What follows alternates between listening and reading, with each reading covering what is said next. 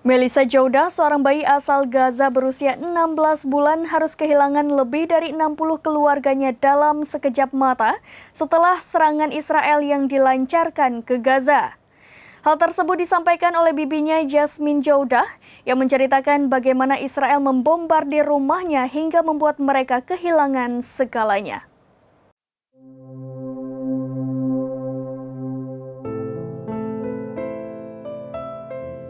Melissa Joudah, seorang bayi asal Gaza berusia 16 bulan harus kehilangan lebih dari 60 anggota keluarganya dalam sekejap mata akibat serangan yang dilakukan oleh pihak Israel.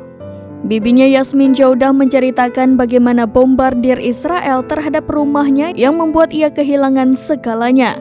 Melansir Al Jazeera, pada suatu hari pada pukul 4 pagi, Yasmin terbangun karena ponselnya yang terus berdering. Teman dan kerabat di kontaknya rupanya terus menelponnya untuk menyampaikan bela sungkawa atas meninggalnya seluruh keluarganya.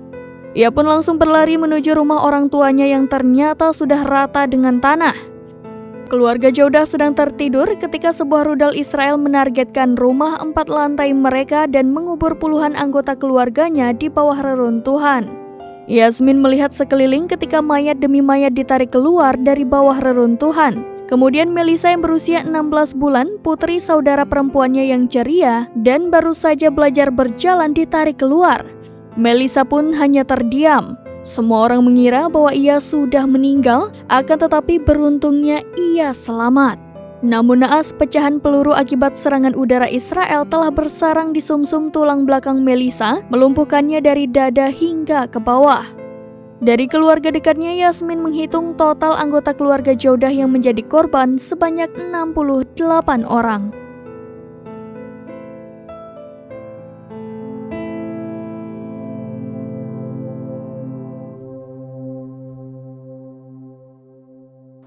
Demikian informasi terkini, Syederalun saksikan terus berita lainnya di kanal YouTube Serambi News, website dan Facebook serambinews.com.